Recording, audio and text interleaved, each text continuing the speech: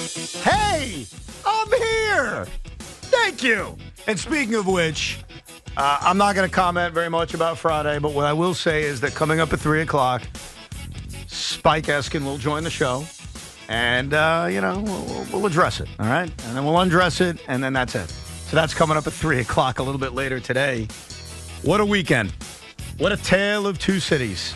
And we'll get into all of it over the course of the next 4.5 hours. Plus, you set for tonight. The Mets are back in action at Citi, and the Yankees are out in Arizona against the reigning and defending National League champions.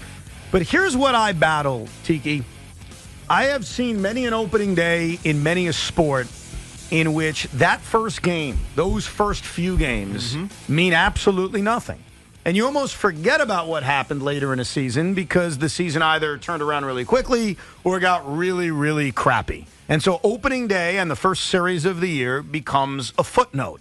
But then there are other years, and this involves every team and every sport in this town, and I could bore you with examples, in which that first game and that first series is a sign of things to come. So to the New York Met fan out there, to the New York Yankee fan out there, the Yankees are 4-0. They're on the top of the world. The Mets are 0-3. It's, basically, what did we used to call it during the Sandy Alderson era? Panic City. The question you have to ask yourself, and we'll address it right off the top, is what we saw over the weekend a fart in the wind? Or did what we see and what we saw indicate what we're going to witness for the next 6 months, Tiki? I think it's an indication of what we're going to witness, and it gets no funner for the Met fan with Tyler McGill now going on the 15-day IL, something that's bothered and plagued him his entire tenure here. He just can't seem to stay healthy. But also, without Kodai Senga, the ace that you wanted or you need for this Mets team just isn't there. Luis Severino struggled, right? And McGill, he struggled for a little while. And then the anemic bats, it's not going to be an entire season of Francisco Lindor hitting 150. Oh, so they're not going 0-162. Right? Thanks, Teak. He's streaky, as we all know. So that's not going to happen. But there just doesn't seem to be the right kind of urgency on this Mets team. And maybe that's because of what we've talked about all offseason. This is a team that's just evaluating. It's a team that is trying to figure out who they are. The young players are going to get their opportunities. The rotation's not quite where it is, but we're figuring it out. This is what it feels like it's come from David Stearns and this Mets higher-ups in the organization. And so is it a surprise that it's translated onto the field? The answer is no. Well, right? And so it always starts up top. It always starts, with the expectation that the organization sets for a team, and then it presents itself once the games actually start playing. And I think the Yankees, to their credit, they were the exact opposite. They couldn't tell you how much you're not even a Yankee fan, and you're telling us how good this Yankee team is going to be. The hype video that they put out where they talk about this team has to, or at least I did, this team has to have the expectation. Yes. Seriously, the expectation that you're winning championships. And so it wasn't a surprise that they go down to Houston and do what they did in 4 games. Okay, so to me, I've got 2 different answers. For the Yankees, I have one answer. For the Mets, I have another answer. For the New York Yankees, you're damn freaking right. It's a sign of things to come. You're damn right. And I'm not waking up on a Monday telling you something any different than I said Thursday or Wednesday or Tuesday. In fact, I want to quote myself about something I said. I used a phrase. I said, here's why the New York Yankees are going to win the American League East. Here's why the New York Yankees are better than you realize. Because right now, they are Aaron Judge proof. That was the term I used. I said they're Aaron Judge proof. All the excuses of Aaron Judge going down with an injury, Aaron Judge isn't hitting, the Yankees can't do a damn thing, which for the last 3 years, they have been overly reliant on Aaron Judge. I said to you, they're Aaron Judge proof. It's only 4 games. I acknowledge that. Through 4 games, you damn right they're Aaron Judge proof. Because Aaron Judge didn't do a damn thing over the weekend. Aaron Judge went 2 for 16, and it didn't matter. And that's the difference. And that's why the Yankees over these 4 games did a bunch of things that make me think that this is a sign of things to come. Number one, this is what I was envisioning. This is a damn better lineup. Their pitching held up. Their bullpen did a great job. Their defense was freaking awesome. Alex Verdugo looked like a gold glover in left. John Birdie made a huge glove play at third base. And oh, by the way, and I never talked this up about Juan Soto because why would I? It'd be a lie. Juan Soto's an average defensive right fielder, right? He wasn't this weekend. The New York Yankees looked like what they're describing themselves as, these dogs. They looked legit. And what put it over the top for me is what I said to you on Thursday, what I said to everybody right before we threw at the Yankee pregame. It was like a pep rally. Go beat this team. Go beat this team. Go slap this team in the face because the Orioles and the Guardians and the Rays and even the defending world champion Texas Rangers, they're all adorable. Mm-hmm. They're not the Astros. This is the team you've got to beat. And what the New York Yankees did for 4 days, and I wouldn't say they kicked their ass for 4 days. They were relentless for 4 days. They were never out of it for 4 days. Now, I'm not a Yankee fan saying this. I'm an IBO saying this. The Yankees, over these 4 days, showed us what they can be. Yeah. I think what they showed us is that the relentlessness that you're talking about, it might not show itself early. Right? With Framber Valdez, we saw it early in the game. It's like, man, this guy's just going to dominate. Yeah, he's not. He's got a little control issue. He's going to walk some guys. But he's going to get ground balls. He's going to get double plays. He was going to get out of it. But the Yankees just kept pushing. And as soon as they get into the bullpen, game changes. Same thing happened in game 2. Same thing happened in game 3. Same thing happened in game 4. That last hit, that RBI, game-winning RBI that Juan Soto hit, it was like he was just saying, I dare you to throw a strike. I dare you. And then the ref gives him a question. Umpire gives him a questionable one. He's like, dude, come on, man. He knows better than the umpire. Right, he knows better than the umpire. He actually and does. He's just daring. He's like, I dare you to throw a strike. He throws that thing high and outside. He's like, sorry, thank you. Goes the other way. Game-winning RBI. Torres comes around. It's like he's toying with people. Yes. Which tells you that he's so much above the X's and O's. We used to talk about that in football. Get above the X's and O's. Everybody knows what you're supposed to do, right? What the play is designed to do. Everybody knows what you're supposed to do with an inside pitch or an outside. Everybody knows what you're supposed to do. Play above it. And if you can play above it consistently, which he, by the way, did the entire weekend, then good things are going to happen. Great things are going to happen. And it feels like every player, especially the position players on the Yankees, are doing that. Even when they're not great. Like Judge, he wasn't great, but he did have an RBI, right? He did have a couple of hits when it mattered. Everybody on the Yankees feels like they're playing with a heightened understanding, IQ is what I said on Friday, of what they're need and supposed to do every single time they get up to the plate. And that's dangerous. That's what makes them dangerous. No, and that's why to anyone who doesn't like the New York Yankees, and I understand it, there are times I don't like the New York Yankees, but I have to call it like it is. Anyone sitting back and saying it's 4 games, it doesn't mean anything, I don't think they've been paying attention in the last 8 years. It means something because of who they beat. If the New York Yankees had this exact same series to the script, except they did it against the Angels, or they even did it against Texas. I'll pick a good team. The Texas Rangers. They went down to the other part of Texas, and they came back, and Soto was Soto, and they beat the Texas Rangers. Yeah, you'd be pumped up, no doubt, because you always want to start the year 4-0. This is not something the Yankees do often. I mean, when they got to 3-0, it was the first time they had done it in 20 years. This is a rarity for the Yankees to get off a start like this. But to do it against them, to do it against the Astros, yeah, I'm a believer that even though we haven't played a game yet in April, the New York Yankees showed us who they are. Now, let me address the Mets, because the Mets showed something they showed last year and the year before that, and it drives us all nuts, and we'll get into further details the show rolls on. They showed a lack of, excuse my French, balls. And that annoys me, and that annoys a lot of New York Met fans. And it was a continuation of what we saw last year. They got punked this weekend. That's what happened. They got punked by Rhys Hoskins and the Milwaukee Brewers, and they also got outplayed by the Milwaukee Brewers. But I'll tell you why. I am not on Monday, April 1st, and this is no April Fool's joke, jumping off the bandwagon, saying they suck, saying I was wrong, they're not any good, let's trade everybody. I had guys tell me they got to blow the whole thing up. I'll tell you why I'm not going there. Because I've seen bad starts. I remember 2005. They started the year 0-5 that year, including blowing opening day when Braden Looper took a giant number 2 on the mound. I remember 1997 when they collapsed against the San Diego Padres, had a 12-game road trip, and went 4-8. I remember it. You know what happened in both of those years? They didn't win a damn thing, by the way. They didn't even make the playoffs. But they had a season. They won 88 games in 1997. They were in a pseudo-pennant race in 2005. I am not ready after 3 gutless games. And yeah, there was some gutless to it. I admit it. That's not enough of Lindor, Nimmo, and McNeil doing nothing at the plate for me to say, oh, here we go. This team's going to suck. Now, will there come a moment, Tiki, maybe even this week, where I say, holy crap, I may be wrong about this team? Of course, we all have that moment. And I understand if you're sitting there in the audience right now and you were at Citi Field over the weekend and you spent your money on an Easter Sunday and you're pissed off right now and you're saying, Evan, you're wrong. They suck and they're dead. I respect coming to that conclusion on March 31st. I ain't there yet. Now, will I be there tonight? I can't promise you anything. Will I be there next week? Look, if they start 0-12, I may get there really, really soon. But I'm telling you right now, I'm being real.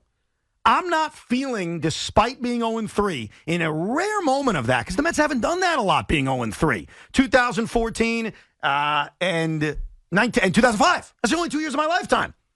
0-3. Mm-hmm. Yeah, I'm trying to think. Like, is there any other examples? 62, 63. I don't even count those years. They don't even count. They weren't even a real team back then, essentially. They weren't even trying. So I'm not ready as a Met fan, and I know some of you are, to say we suck. So that's how I look at this weekend. I think the Yankees showed you reality. I think the Mets just kicked us on the groin. Right, but when you say, because I'm just thinking about to the Mets chat that we're on. Oh, you're going to judge the Mets text chat that you're in? The Mets text chat was a lot of, we suck. This is typical. It's over. Season's done. And by the way, a lot of people probably feel that way because you just want to feel a little bit of good. There just wasn't a lot of good. I mean, Pete Alonso, he was good. I guess Brett Beatty at the dish Starling Marte good. was good. Beatty hitting a home run off a lefty was good. But he butched that line drive that went off of his hand. No, I know. For whatever reason. So he had a hole in his glove. He put his non-glove hand up to catch the ball. By the way, you see right there the negative of being at some of these games sometimes. Because you don't see it. Yeah, you're right. But I'm just saying, like on TV, we were watching this yesterday, me and my father-in-law, and it's like, what is he doing? Yeah, he killed him. The Met defense killed him this weekend. Zach Short made a terrible play that really torpedoed Luis Severino's outing. Brett Beatty yesterday. They did everything wrong. Yes, like the Mets literally got outplayed by the Brewers in every aspect. The Brewers had more balls. The Brewers had better starting pitching. The Brewers had more clutch hitting. The Brewers played better defense. The Brewers stole more bases. Like literally on every aspect, the Brewers were better. But I'm not ready, maybe you are, to say, oh, that's a sign of what this team is. I'm not at all. I worry about the anemic nature with which they took the plate, took at bats, and there was no clutch hitting. It didn't seem like there was a plan. It felt like every time that the Brewers needed to find an out, they got the out. Yeah. And, it was like that for a little bit with the Yankees as well, but you kind of just felt like the Yankees eventually were going to find ways through. We get to the bullpen, things change. The Mets never felt like there was a way that they were going to find themselves through it. And, it puts so much pressure on the starting pitcher, on the bullpen, they never even got to the closers, right? It just puts so much pressure when you feel like, God, these guys aren't going to hit today. Yeah. It's all on me. Dude, they had 2 games where they scored a single run. And then you press. And then Tyler McGill gets pulled early. And now he's on the 15-day IL. And it's like, all right, here we go. Season just started. No, and that's it already why feels like, here we go. That's why, as much as I say, I don't necessarily think this sweep is a sign of things to come. What I will also tell you is that on April 1st and April 2nd, if they play tomorrow, they're playing important games. Mm-hmm. Because if they drop to 0-4 and 0-5, and dare I say an 0-for homestand, that pressure you talked about is going to be real. And we talked about this on Thursday, ironically. I said, I always think back to the 84 Tigers. Man, you can run away with it in April and May. They got off to a 35-5 start. You could also bury yourself. Mm-hmm. And so the danger and the risk and what is going to keep me up tonight is they got to find a way to win games. Because saying it's April, or in this case March, only goes so far. That is the truth. But when it comes to the New York Yankees, you took the hammer to your daddies. And while you've got to prove that in October, and October is a long ways off, and the Astros will be different, and maybe the Yankees will be different, I cannot blame any Yankee fan who spent their weekend dancing and partying and celebrating and genuinely thinking, holy crap, we have a team. The sweep, Ev. We own the Astros now. 7 in a row. It is over. It's completely reversed. Things like yesterday, Jose Altuve homers to tie the game. You know what used to happen? The floodgates open and the Yankees lose, and Altuve's the catalyst. Guess what? Yankees fight back. Things like, the ball going just an inch foul yesterday in the ninth inning of Verdugo. That ball's always fair versus the Astros. Not the case. Juan Soto on Friday night walking in a run to give the Yankees the lead. You know what usually happens there? A double play to end the inning. All of these moments we have seen in Yankees-Astros, you could close your eyes and you knew what was coming. Instead, we are the victors, and we punch back. And there is no way that you could look at opening weekend in baseball and not look at any other team other than the Yankees and think that mattered more for any other team. These are the different Yankees, and this is the year. I mean, this is the year, probably I don't know if I could agree with, but I respect you saying that. I believe they will go to the World Series, but it's the year where we're done worrying about the Astros. It does we're feel, their daddy. It does feel different. And it's not just beating them. They've beaten them in the regular season before. It's how they did it. I agree with a lot of what you said. A lot of those games over the weekend, they don't normally win those games in Houston against the Astros. And they are different. And you want to know why the New York Yankees are so different? And I said this before he ever played a game here. And by the way, it's now Monday. What I'm about to say is no longer true. But what I said on Thursday was true in the moment. It's no longer true on Monday afternoon at 2:17. You know what that was? Juan Soto is underrated. Because I don't think, and I get why. Who's watching Juan Soto every day? We as Met fans saw a lot of him just because he was in the National League East. But how much are you watching him in San Diego? When you watch a guy every day, you get an appreciation for them, or you realize their flaws. This guy, this son of a bee. And I say that with respect. Like over the weekend, I tweeted a picture, a video of him showing so much pizzazz on a ball. Like he looks at it, he spits on it, he's shaking his head like, nope, you don't tell me. It's because he knows better. Because he knows the strike zone better than Laz Diaz. That's the reality. I'm just using poor Laz as an example all day today. But you're seeing Yankee fans. Now, look, he's not hitting 571 for the season. We know that. He's not going to have a 1,900 OPS. I mean, do we know that? Maybe. No, do we not know?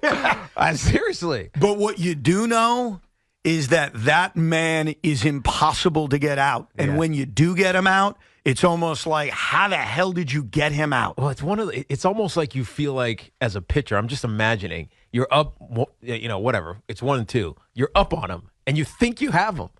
And then you're like, I'm not going to give him anything to hit. He's like, I know you're not giving me anything to hit. And guess what? I'll spit on it and leave. And he spits on it and he leaves. And then finally you put a ball back over the plate and he hits it. Yes. Like he's not going to take a third strike. It's magical to watch him manipulate the pitcher. It's like he's in his head. And I think he does all that nonsense that you're talking about where he, spreads his legs, gets down real low and shimmies a little bit. Which we're all doing as Yankee fans now. Yeah, of course. You have to. Now, can you admit your hypocrisy just real quick?